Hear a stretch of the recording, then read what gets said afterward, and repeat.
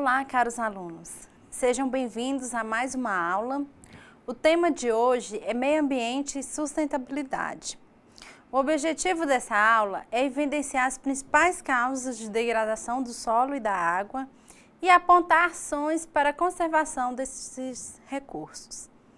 Nessa aula, vamos compreender a importância dos recursos naturais para o desenvolvimento da agricultura, conceituar e classificar os recursos e apontar causas e efeitos da degradação do solo e da água e indicar práticas conservacionistas. O progresso e o crescimento populacional trouxeram consigo uma grande preocupação sobre como continuar se desenvolvendo com qualidade, sendo que os recursos estão cada vez mais escassos. O desenvolvimento sustentável é um conceito elaborado para fazer referência ao meio ambiente e à conservação dos recursos naturais. Entende-se por desenvolvimento sustentável a capacidade de utilizar os recursos e os bens da natureza sem comprometer a disponibilidade desses elementos para as gerações futuras.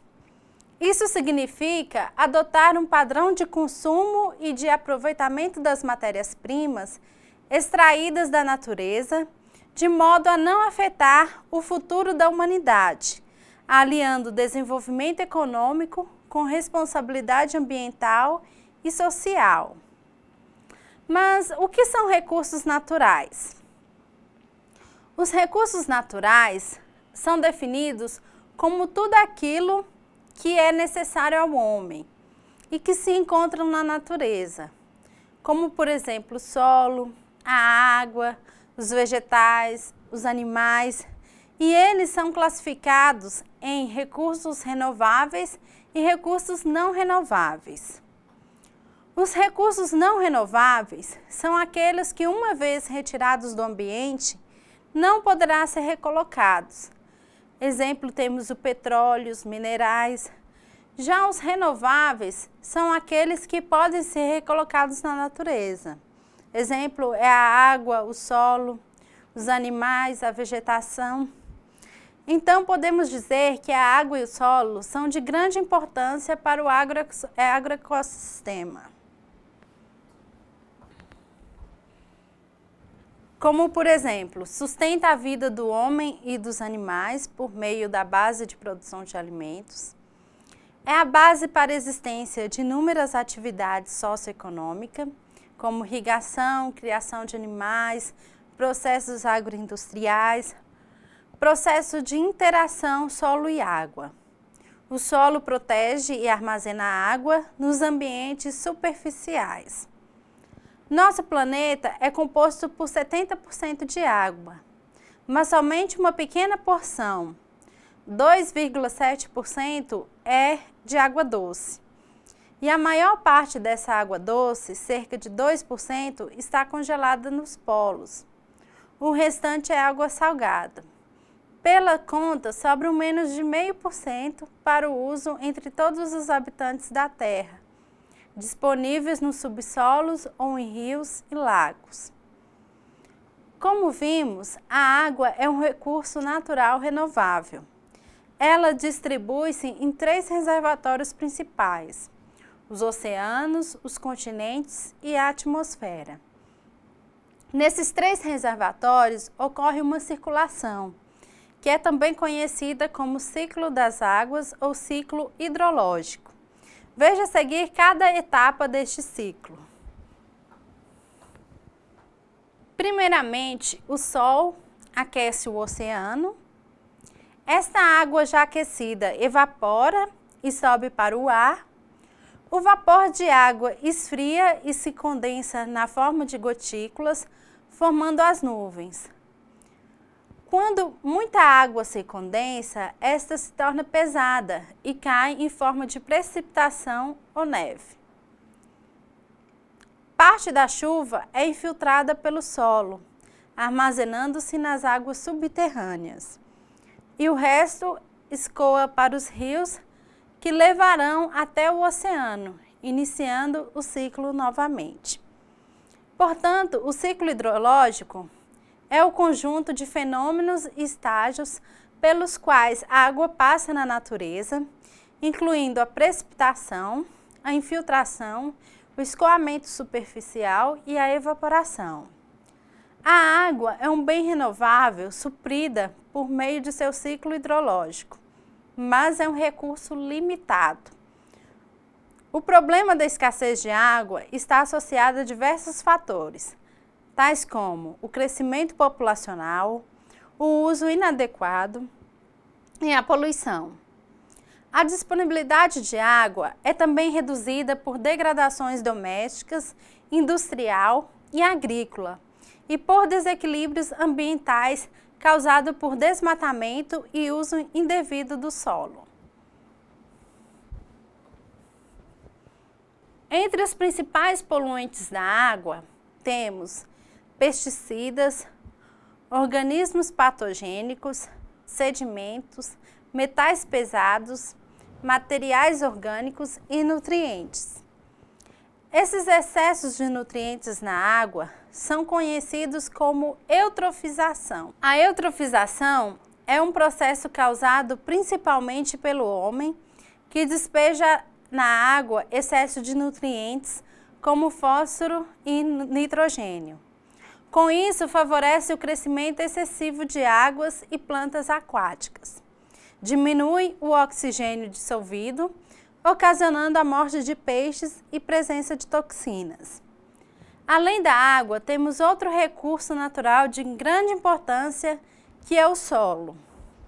O solo é formado pelo intemperismo das rochas, que são modificações de rochas causadas pelos fatores de formação do solo, como o relevo, o tempo, o clima, os organismos e o material de origem. Logo que a rocha é alterada, é formado um material mais ou menos solto e macio.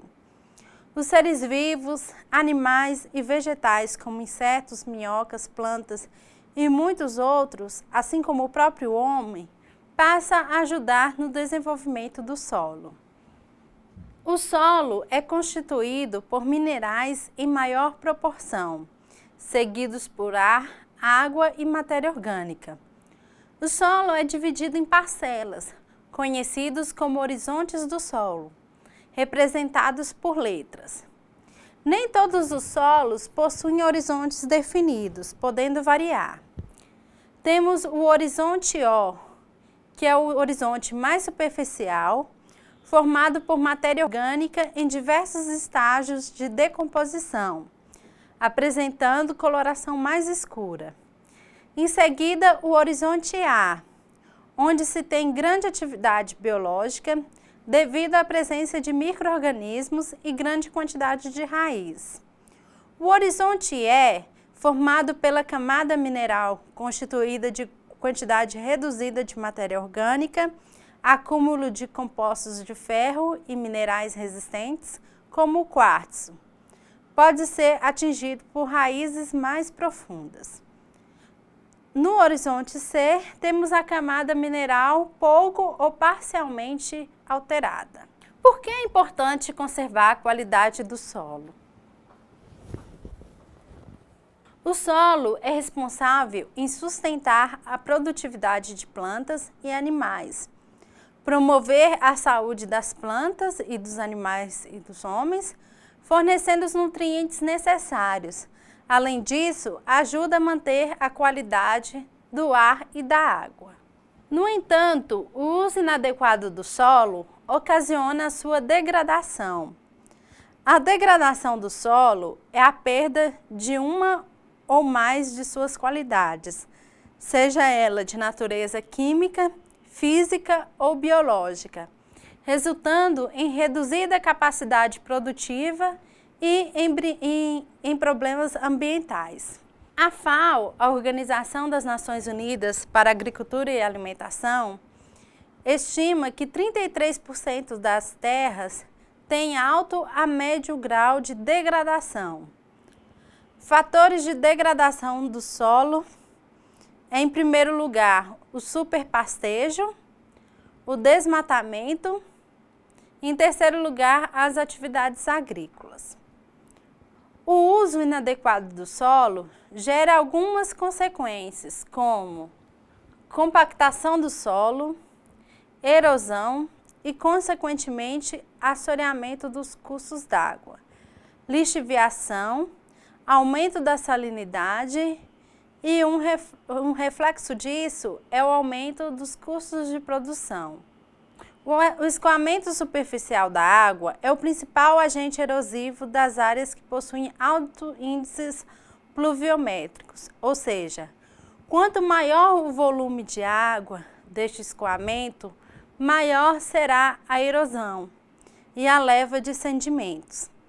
Na área rural, o índice de escoamento superficial é baixo e o de infiltração é alto, devido principalmente à presença da cobertura vegetal e seu solo mais permeável.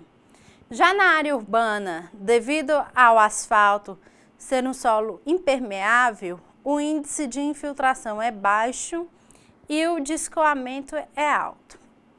Nesse slide, o quadro representado pela letra A apresenta uma gota de chuva caindo ao solo. O impacto é muito grande e, se esse estiver desprotegido, sem cobertura vegetal, ocorre a desagregação do solo, ou seja, a quebra de partículas do solo, representado na figura pela letra B.